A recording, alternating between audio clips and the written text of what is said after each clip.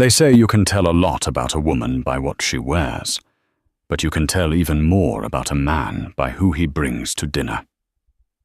When Darian walked into the Harrington estate with his mistress, Tiffany, on his arm, the air in the room didn't just shift, it froze. Tiffany thought she had won. She had the man, the youth, and the audacity. But when she opened her mouth to mock Sophia's outdated dress, she didn't realize she wasn't just insulting a piece of fabric. She was insulting the only person in the room holding the keys to the family empire. What happened next wasn't just a dinner table argument. It was a methodical destruction that no one saw coming. The envelope on the kitchen counter was heavy, cream-colored, and textured like linen. It was the kind of stationery that whispered money rather than shouted it. Sophia recognized the calligraphy immediately. It was the handwriting of Eleanor Harrington, her mother-in-law. Sophia stared at it while the coffee machine sputtered, the noise harsh in the quiet, empty house. It was an invitation to the Harrington annual autumn dinner. In any other year, this would have been routine. Sophia would have already been coordinating with Eleanor about the floral arrangements, discussing whether they should serve the 98 Cabernet or the 05. But this wasn't any other year. This was the year Darian had left. It had been 6 months since Darian Harrington, heir to the Harrington logistics fortune, had decided that his 34-year-old wife was stifling his growth. He had moved out of their modest, comfortable suburban home and into a penthouse downtown. A penthouse that, Sophia later learned, came equipped with a 24-year-old brand ambassador named Tiffany. Sophia took a sip of black coffee, feeling the burn in her chest. She hadn't signed the divorce papers yet. Robert Harrington, Darian's father, had advised her to wait. "Patience, Sophia," the old man had told her during their weekly lunch, which they still maintained despite his son's behavior. "Darian is a fool, but the law is precise. Wait." Her phone buzzed against the granite countertop, a text from Darian. "Darian, my mother says you're coming to the dinner on Saturday. I hope you know I'm bringing Tiffany. Don't make it weird." Sophia stared at the screen. The audacity was breathtaking. He wasn't asking, he was telling. He was bringing his mistress, technically his girlfriend now, though the ink on the separation agreement wasn't even dry, to the most intimate family gathering of the year. She typed back, her fingers trembling slightly, not from fear, but from a cold, simmering rage. "Sophia, it's your parents' house, Darian. I'm invited. I'll be there." "Darian, just try to dress up a bit, okay? Tiffany is really into fashion. I don't want you looking dowdy next to her. It reflects badly on me." Sophia put the phone down face first. Dowdy. For 10 years, Sophia had been the perfect corporate wife. She had smoothed over Darian's drunken faux pas at galas. She had managed the books for his consulting firm that never seemed to make a profit, and she had nursed Eleanor through her hip surgery. She wasn't flashy. She didn't wear neon logos or carry bags that cost as much as a Honda Civic. She wore tailored blazers, sensible heels, and kept her hair in a neat chignon. She was the bedrock, and Darian, it seemed, was tired of rocks. He wanted fireworks. She looked back at the invitation. The dress code was listed as black tie, family legacy. It was a whimsical theme Eleanor had picked, usually meaning wearing something with history or sentimental value. Sophia walked up the stairs to the master bedroom, her bedroom now. She opened the walk-in closet. On the left were her sensible suits. On the right, pushed to the very back in a garment bag that smelled faintly of lavender and cedar, was a dress she hadn't worn in 5 years. It wasn't new. It wasn't trendy. It didn't have a designer logo plastered across the chest. It was a vintage midnight blue velvet gown, structured with a high neck and a plunging back. It was heavy, made of a fabric they simply didn't manufacture anymore. It had belonged to Robert Harrington's late sister, a woman who had been a diplomat in Paris in the 60s. Robert had given it to Sophia for her 5th wedding anniversary, saying, "My sister had a spine of steel, Sophia. just like you. She'd want you to have this." Darian had hated it then. "It looks like a funeral curtain," he had laughed. Sophia unzipped the bag. The velvet caught the morning light, shimmering like deep ocean water. She wasn't going to the dinner to win Darian back. She was done with Darian. She was going to the dinner because she was a Harrington by marriage, and until the judge slammed the gavel, she held her place at that table. But Darian's text gnawed at her. Tiffany is into fashion. Sophia ran her hand over the velvet. "Fine," she whispered to the empty room. "Let's talk about fashion." The Harrington estate was located in the rolling hills just outside of the city, a sprawling Georgian manor that intimidated most people before they even reached the front door. The driveway was lined with century-old oaks that cast long, claw-like shadows across the gravel. Sophia arrived in her Volvo. It was clean, practical, and utterly invisible. She parked off to the side, away from the main portico, knowing that Darian would want the center spot for whatever sports car he was leasing this month. As she stepped out of the car, the autumn air bit at her exposed skin. She had paired the midnight blue velvet dress with a simple string of pearls, real ones, cultured, not costume, and her hair was swept up, revealing the sharp line of her jaw and the deep scoop of the dress's back. She wore no coat, despite the chill. The velvet was heavy and warm, acting as armor. She was checking her makeup in the side mirror when the roar of an engine shattered the peace. A bright, obnoxious lime-green Lamborghini Urus tore up the driveway, gravel spraying violently as it screeched to a halt right in front of the stairs. The door opened, and Darian stepped out. He looked distinct.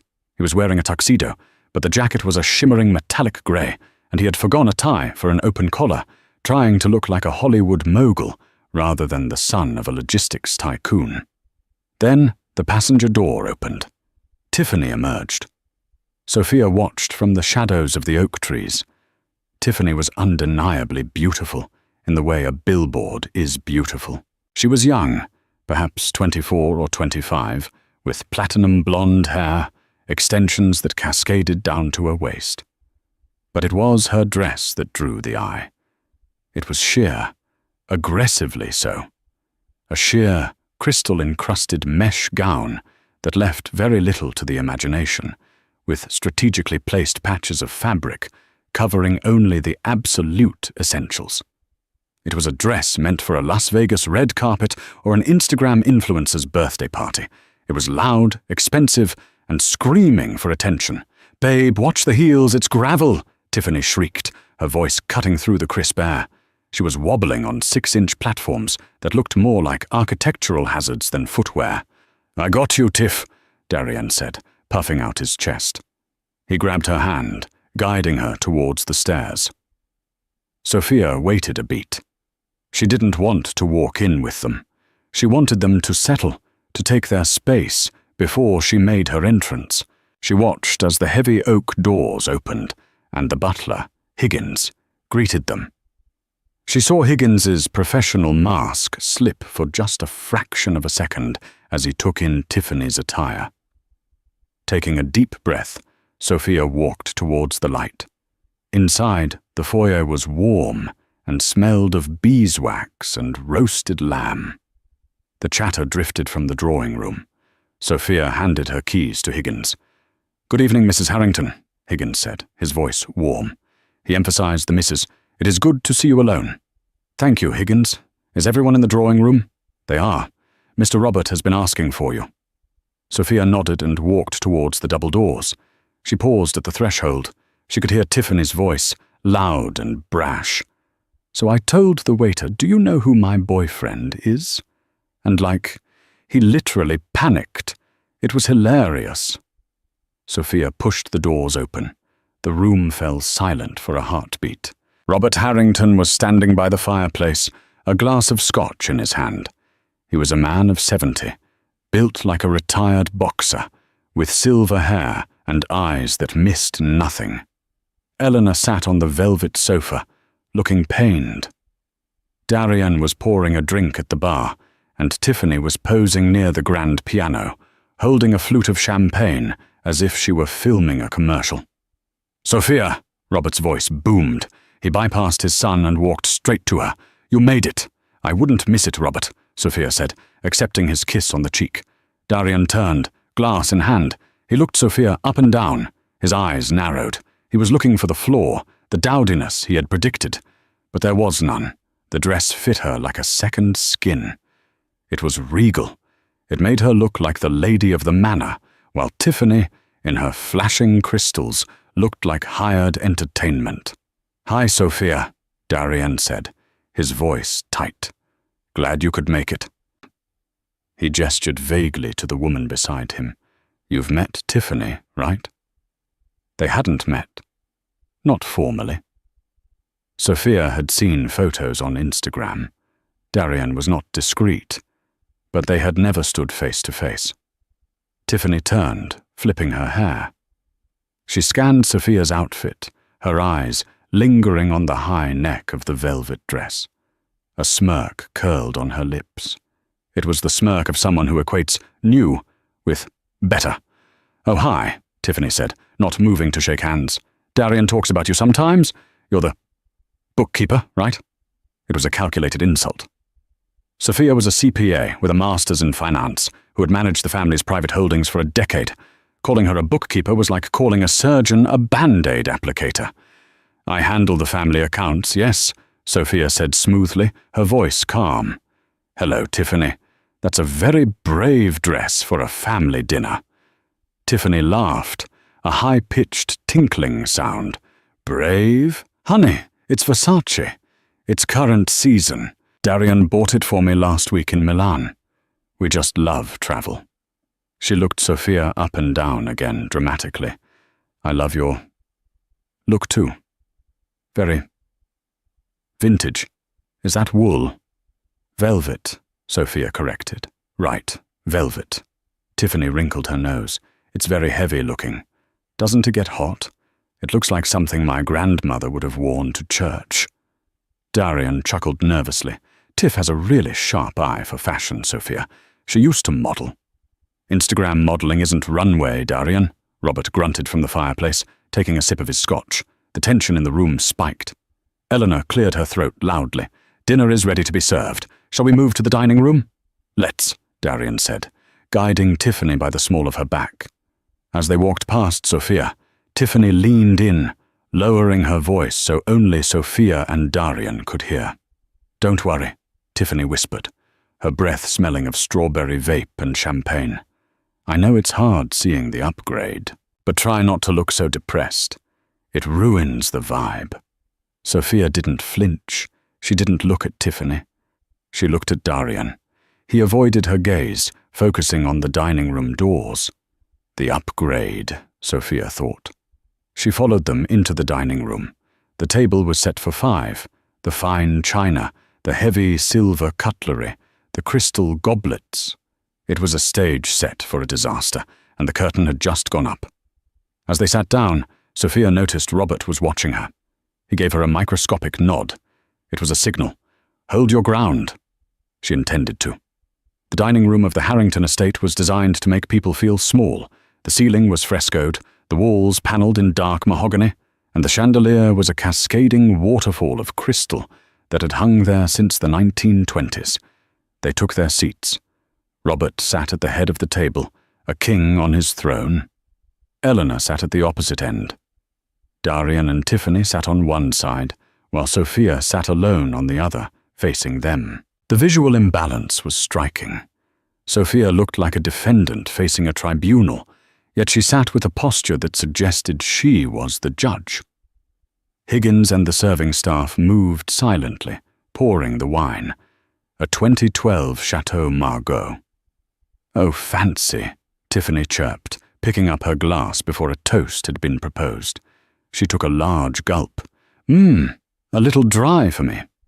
Darian, can we get some Sprite to mix in this? Make a spritzer?" Higgins froze mid-pour at the next glass. Eleanor closed her eyes briefly, as if praying for strength. "It's a $300 bottle, Tiffany," Darian muttered, his face flushing pink. "Just drink it." "She can have whatever she likes, Darian," Sophia said from across the table. Her voice was cool, devoid of malice, which made it all the more unnerving. If she prefers Sprite, let her have Sprite.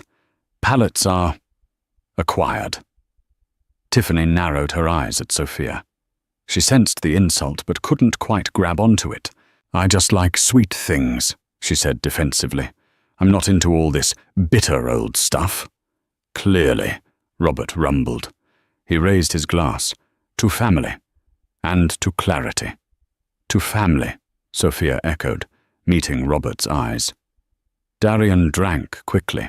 He was nervous.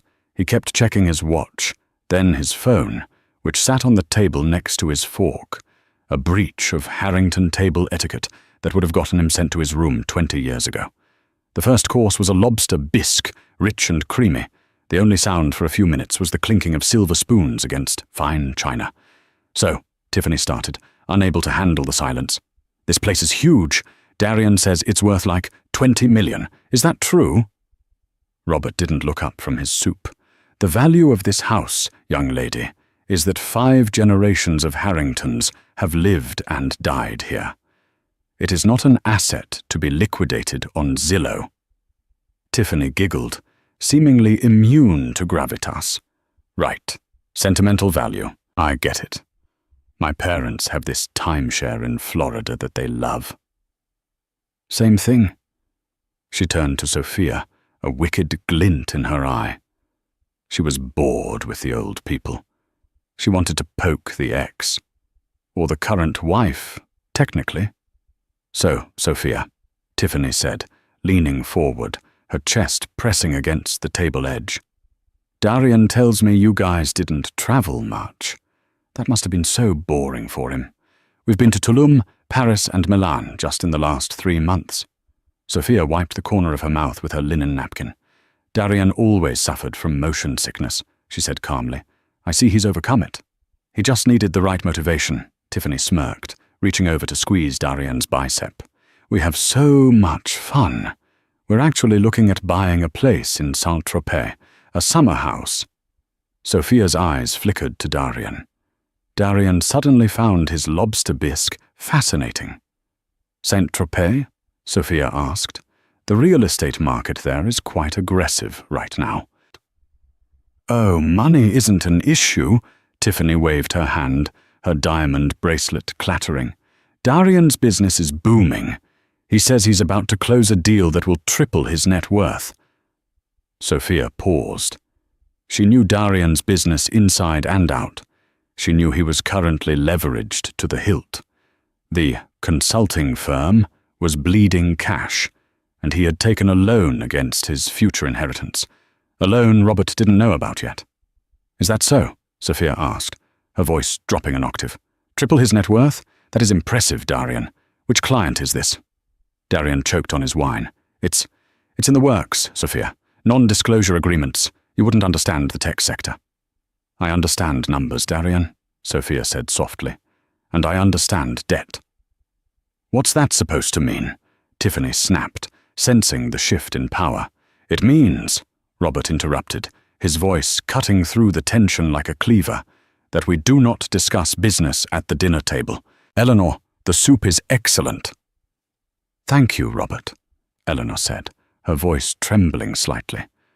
"It's a new recipe," Tiffany huffed, annoyed that her bragging had been cut short.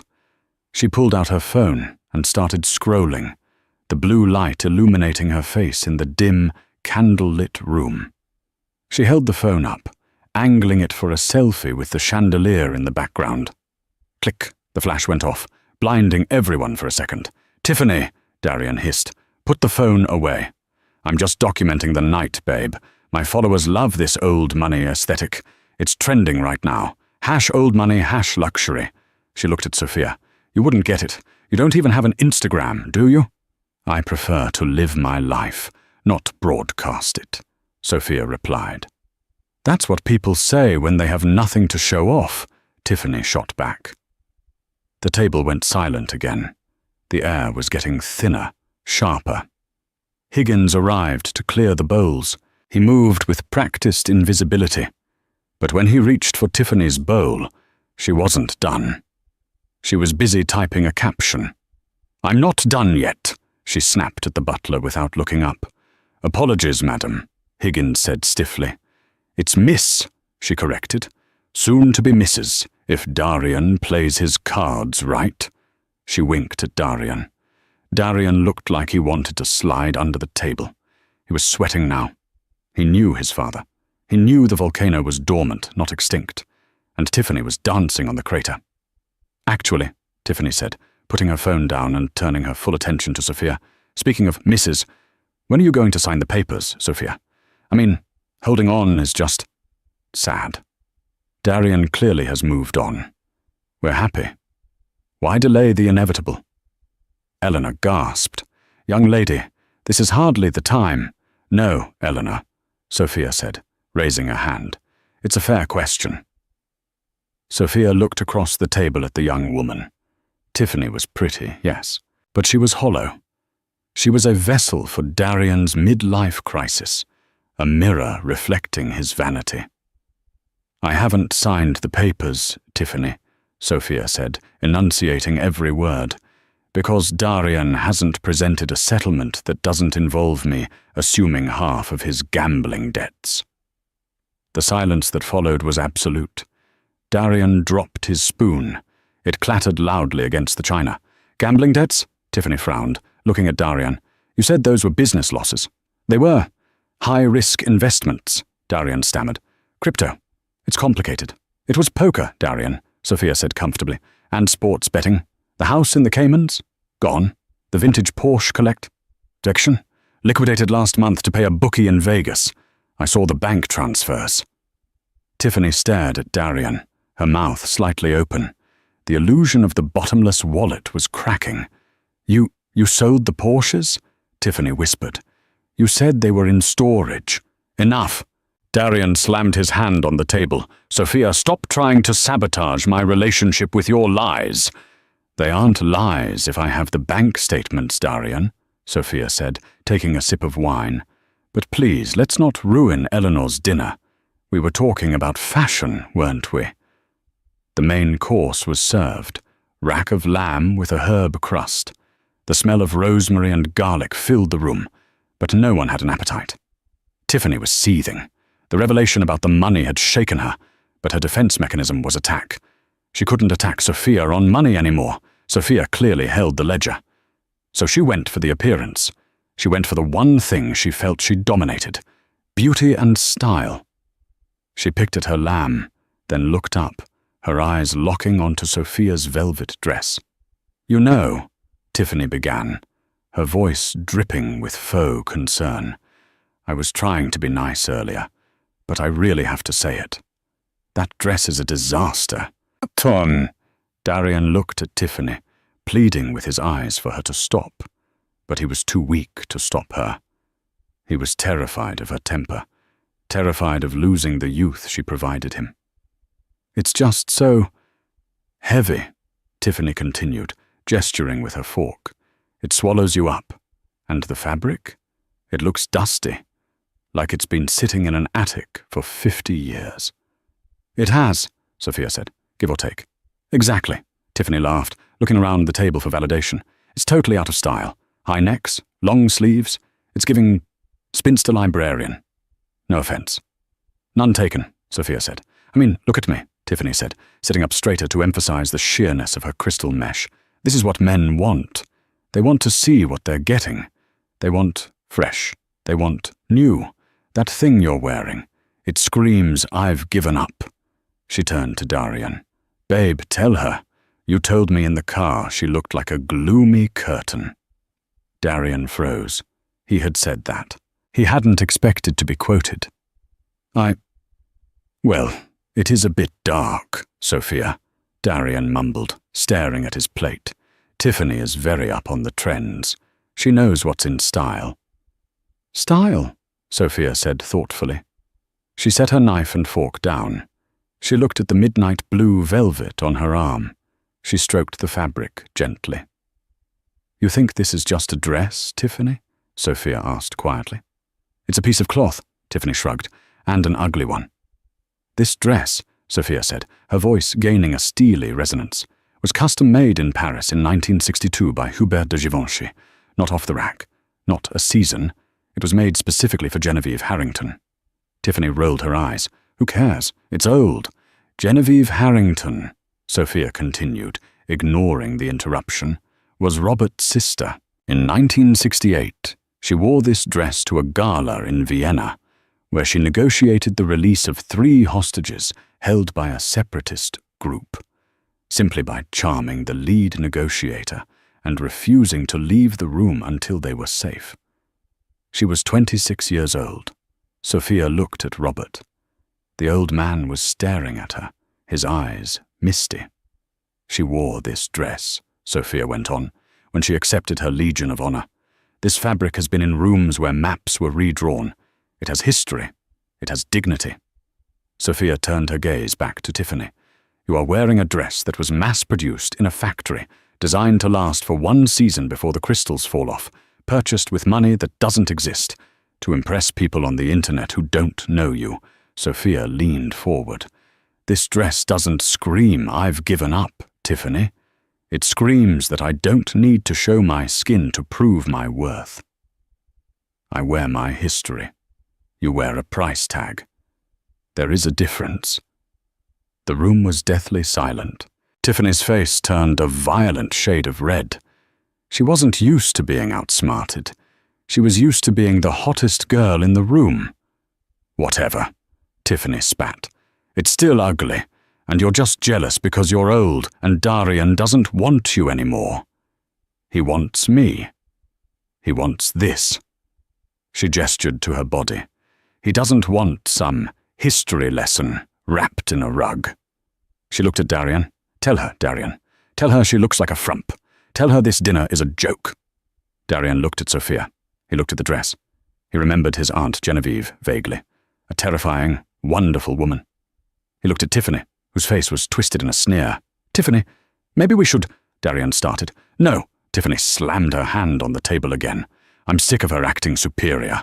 She's a nobody. She's just the help you married, and that dress is trash.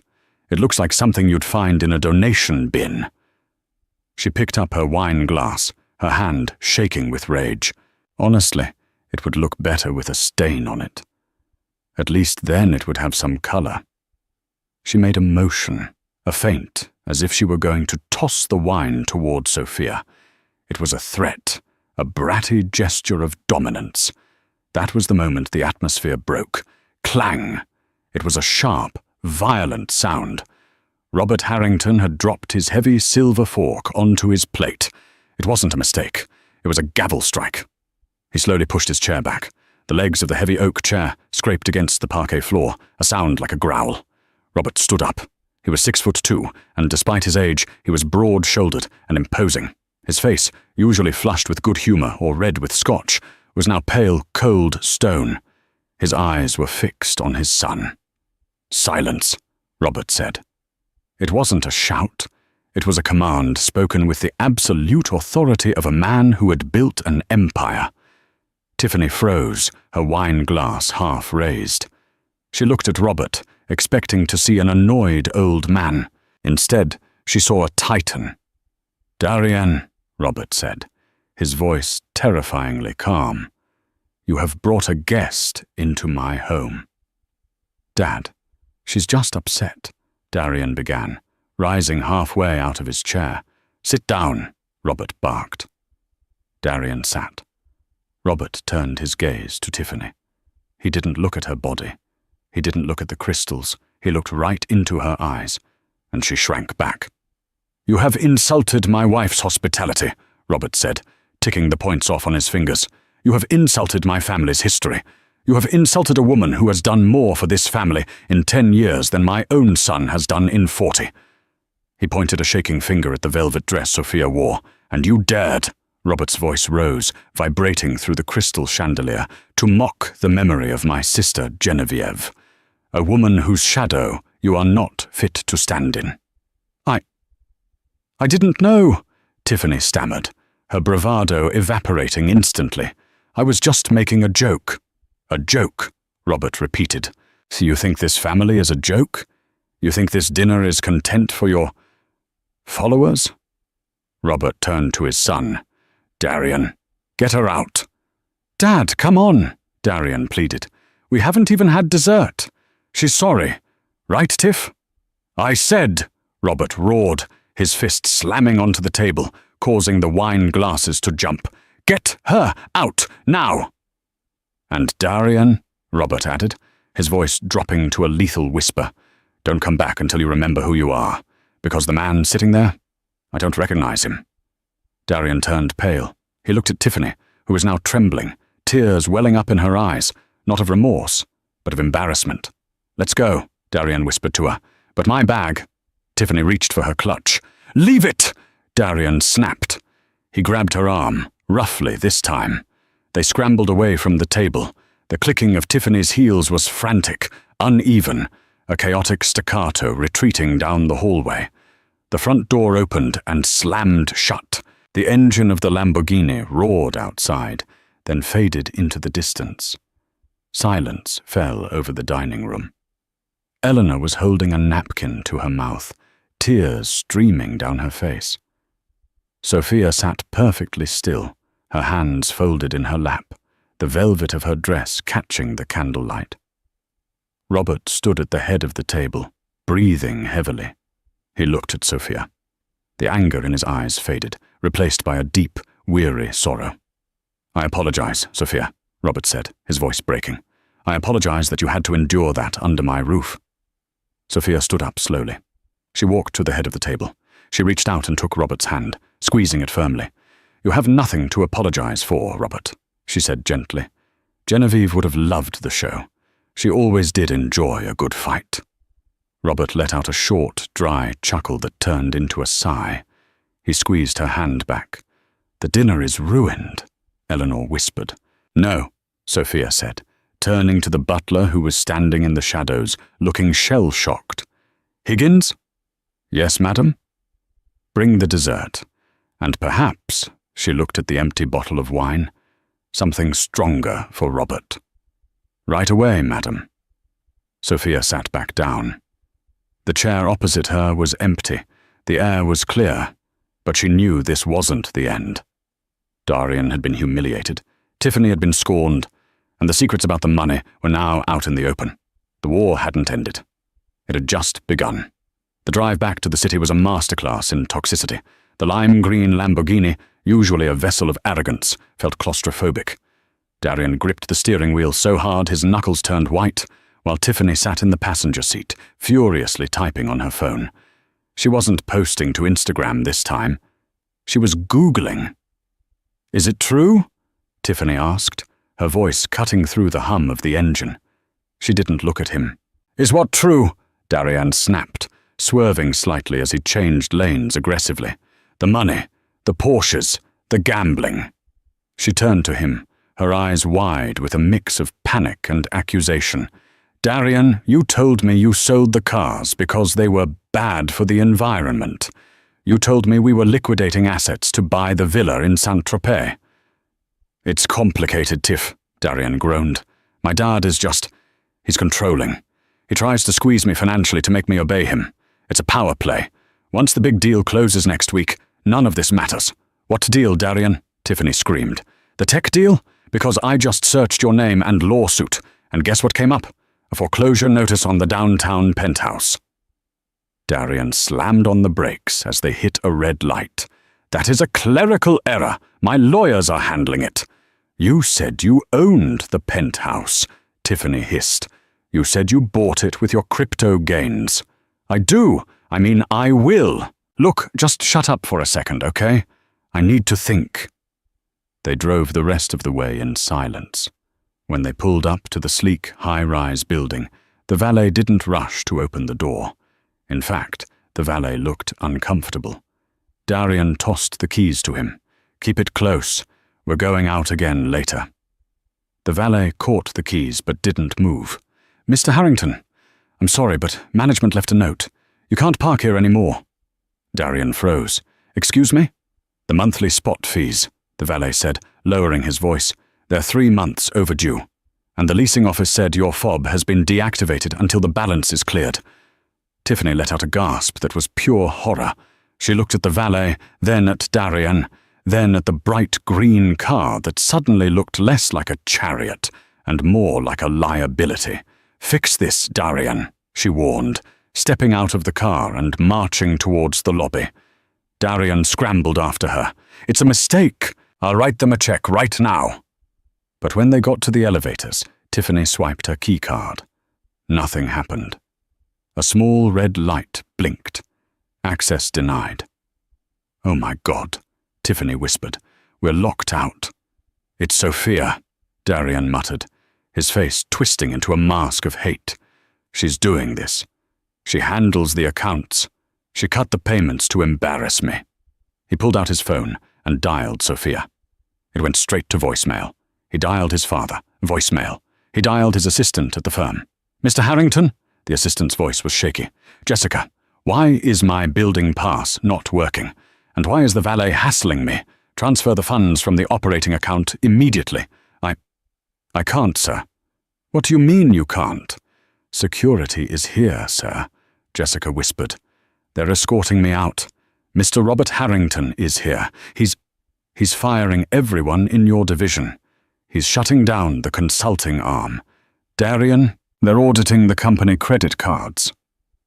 Darian dropped the phone. It hit the marble floor of the lobby with a crack. Tiffany looked at him. She looked at the cracked phone. She looked at his terrified face. The math was simple. No penthouse, no money, no influence. "You're broke," she stated flatly. "No, Tiff, listen. You're actually broke." She laughed, a harsh, ugly sound. "And you made me humiliate myself in front of your family.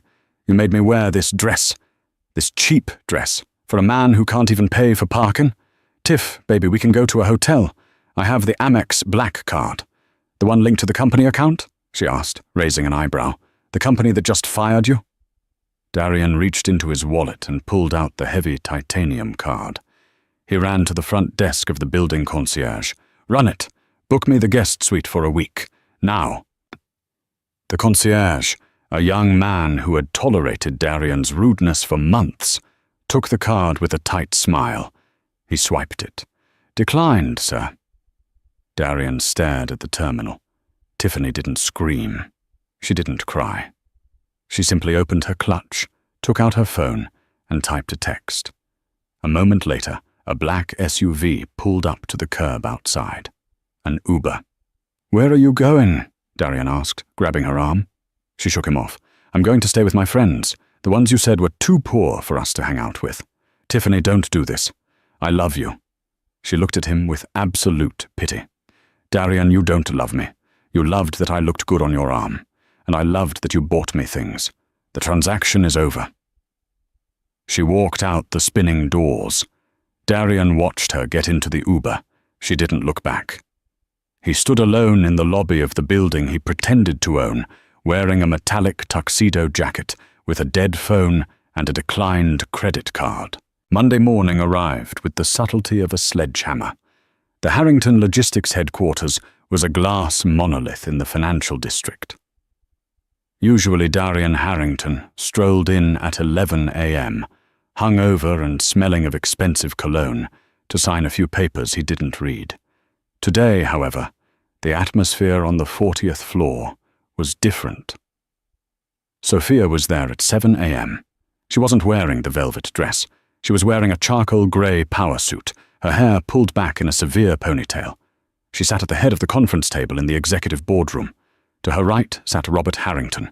To her left sat George Banks, the company's chief legal counsel, and a team of forensic accountants. The table was covered in stacks of paper, red ink, bank transfers, casino markers. "It's worse than we thought, Robert," Sophia said, sliding a folder across the mahogany table. Robert looked older today. The fire from the dinner had burned out, leaving only ash. He put on his reading glasses and looked at the numbers. "He siphoned from the pension fund?" Robert asked, his voice barely a whisper.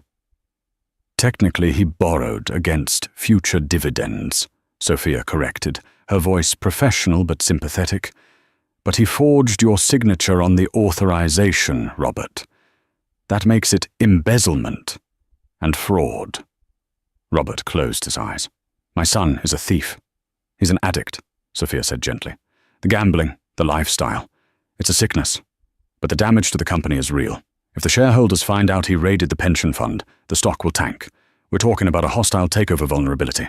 How much, Sir Delanoche? Robert asked. 4 million from the pension, 3 million in unauthorized loans, and the personal debts. The bookies. Sophia sighed.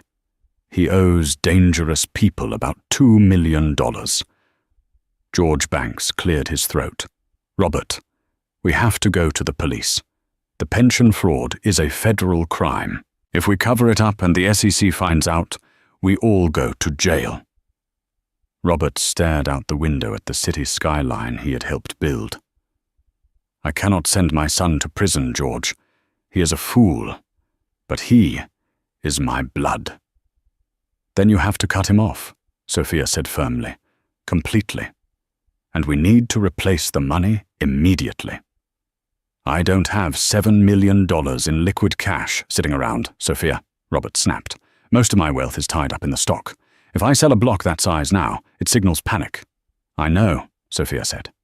She reached into her briefcase and pulled out a single, thin, blue folder. She placed it in front of Robert. What is this? This, Sophia said, is my personal portfolio, my inheritance from my grandfather, plus the investments I've made over the last 10 years. I shorted the tech stocks Darian was obsessed with. I invested in logistics competitors and then sold when they peaked. She opened the folder. A bank statement sat on top. The balance was staggering. $8 million, Robert read. He looked up at Sophia, shocked. You have $8 million. I'm a very good accountant, Robert, she said with a small, sad smile. I'm willing to loan this to the company. Interest-free. To plug the hole in the pension fund and buy out Darian's debt. The room was silent. George Banks looked at Sophia with newfound respect. Robert looked at her with tears in his eyes. Why? Robert asked. After what he did to you? After the mistress? The humiliation? Because this isn't for Darian, Sophia said, her voice hard as steel. This is for the company. This is for Eleanor. And this is for the name. I'm a Harrington, Robert. I won't let the name be dragged through the mud because your son never grew up. But there is a condition, Sophia added. Name it, Robert said. Darian is out. Permanently. He signs over his voting shares to me. He steps down from the board. He receives a monthly stipend. Small, enough for rent and groceries, supervised by a trustee. But he never touches company operations again. And I want the divorce finalized today, on my terms. Robert didn't hesitate. He picked up his pen. George, draw it up. Just then, the double doors of the boardroom banged open. Darian burst in. He looked terrible. He was wearing the same clothes as the night before, rumpled and stained. He hadn't shaved. His eyes were wild. You can't do this, Darian shouted, storming towards the table. Security tried to stop me. This is my company, my birthright. Sit down, Darian, George Banks said calmly. I won't sit down. I'm the heir. You can't fire me. He pointed a shaking finger at Sophia. And you orchestrated this. You poisoned him against me. Darian, Robert said, not even looking at him. Read the room. I want my trust fund, Darian screamed. I need cash, now. They're going to break my legs, Dad. The guys in Vegas, they don't joke around. We know, Sophia said. She stood up. Which is why we're paying them off. Today. Darian stopped. He blinked, confusion washing over his panic. You are? You're paying the debt? I am paying the debt, Sophia said. Me. Personally. Darian let out a breath of relief, a pathetic, weeping laugh. Oh, thank God. Sophia, I knew you still loved me. I knew you wouldn't let me down. Look, I made mistakes, but we can fix this. I'll dump Tiffany. She's already gone, anyway. And we can go back to how it was. He took a step toward her, arms open. Sophia didn't move. She didn't flinch. She just looked at him with the same cold detachment one might view a dead insect. You misunderstand, Darian, she said. I'm not paying your debt because I love you. I'm buying your debt." "What?" "I'm buying the note," Sophia explained, as if speaking to a slow child. "I am paying off the bookies, and now you owe me. But unlike the bookies, I don't want your money. I want your shares." She slid the document George had just printed across the table. "Sign this. It transfers all your stock in Harrington Logistics to me. In exchange, the debt is forgiven, the pension fraud is buried, and you get a monthly allowance of $5,000. If you don't sign, I call the SEC, I call the police, and I let the Vegas bookies do whatever they want with you." Darian looked at the paper. He looked at his father. "Dad," he pleaded, "you can't let her take my company." Robert Harrington stood up. He walked over to Sophia and placed a hand on her shoulder. "It's not your company, son," Robert said softly. "It never was. You were just holding it. And you dropped it." He looked at Sophia. "It belongs to the person who knows how to carry the weight." Darian looked at the pen. He looked at the window. He looked at Sophia, the woman he had called dowdy, the woman he had cheated on, the woman he had underestimated every single day of their marriage. He realized then, for the first time, that she had always been the strongest person in the room. He had just been too blinded by glitter to see the gold. With a trembling hand, Darian picked up the pen. He signed the paper. He signed away his legacy. "Good," Sophia said, pulling the paper away before the ink was even dry. "Now get out of my boardroom." 6 months is an eternity in the world of high finance. Winter had stripped the Harrington estate bare, but now spring was pushing through the frost. For Sophia, the last half-year had been a blur of board meetings and legal briefings. She had stepped into the role of acting CEO, not with a shout, but with a terrifying quiet efficiency. She cut the dead weight, restored the pension fund with her own capital, and watched the stock price soar.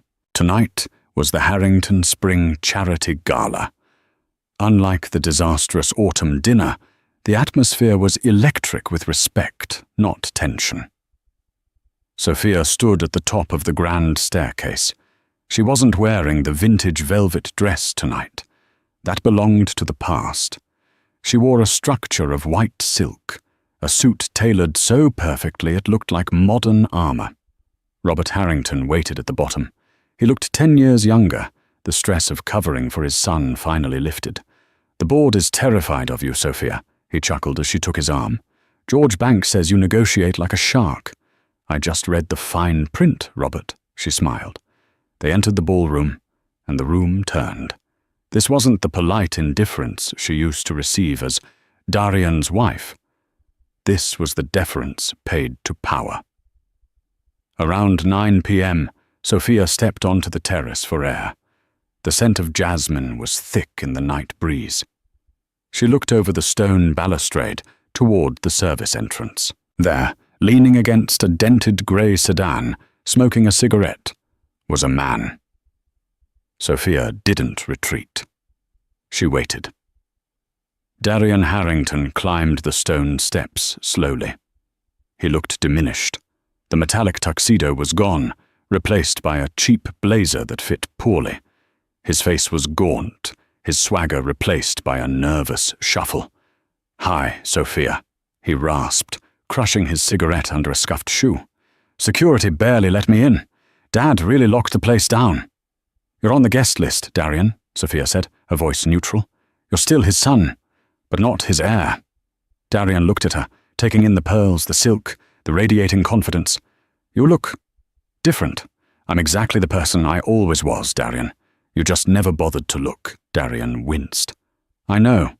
I'm working at a logistics firm in Jersey now. Dispatch manager. It's hard work. My apartment radiator clanks."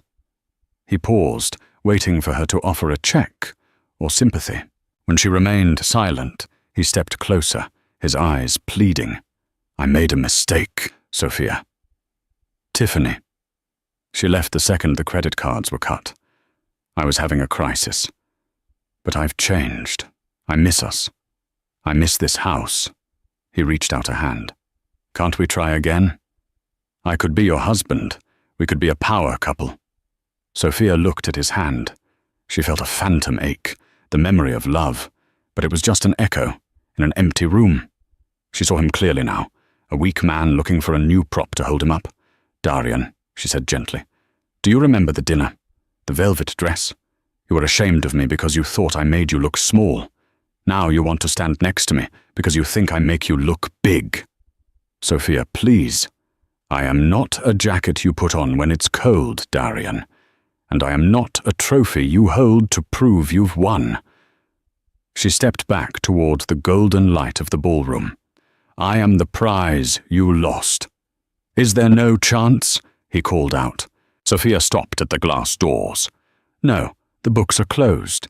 She stepped inside. Robert raised his glass in a silent toast.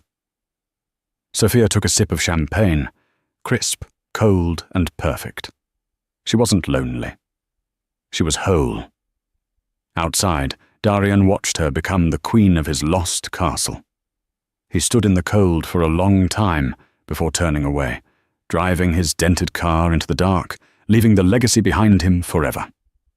So what happened to the players in this tragedy? Darian learned that inheritance is a privilege, not a right, and that stripped of his name, he was a man who had to start from zero at 40 years old. Tiffany learned that beauty without substance is a depreciating asset, and that some doors, once closed, never open again. But Sophia learned the most important lesson of all. She learned that dignity is not about being loud. It's not about the newest dress, the youngest partner, or the flashiest car. Dignity is a spine of steel wrapped in velvet. It is the ability to sit in a room while people mock you, knowing that you hold the keys to the kingdom in your pocket. She didn't just survive the humiliation, she monetized it. She took the stones they threw at her and built a fortress. In the end, the dowdy wife didn't just get the last word.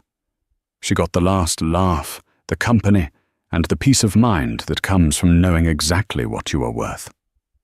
Wow, that was a roller coaster, wasn't it? I want to know what you would have done. If you were Sophia, would you have paid off Darian's gambling debts just to get the company?